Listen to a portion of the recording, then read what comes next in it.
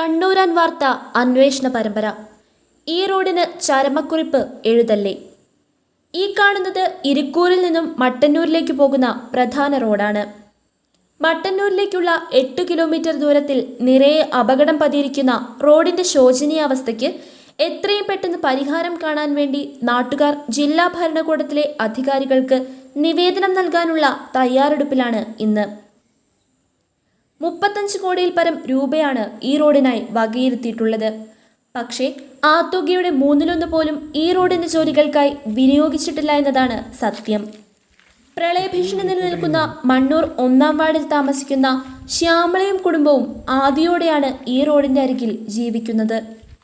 ശ്യാമളയും കുടുംബവും താമസിക്കുന്ന പരിസരത്ത് അഗാധമായ ഗർത്തം രൂപപ്പെട്ടിട്ട് മാസങ്ങളായി. ഒപ്പം മണ്ണിടിച്ചിൽ ഭീഷണിയും നിലനിൽക്കുന്നു. ഇനിയും റോഡ് പണി നീണ്ടുപോയാൽ റോഡ് തന്നെ ഇടിഞ്ഞു താഴുന്ന അവസ്ഥയാണ് നിലവിലുള്ളത്. ക്യാമറാമാൻ നാസിം ടി കെക്കൊപ്പം അൽക്ക ജോയി, കണ്ണൂരാൻ വാർത്ത.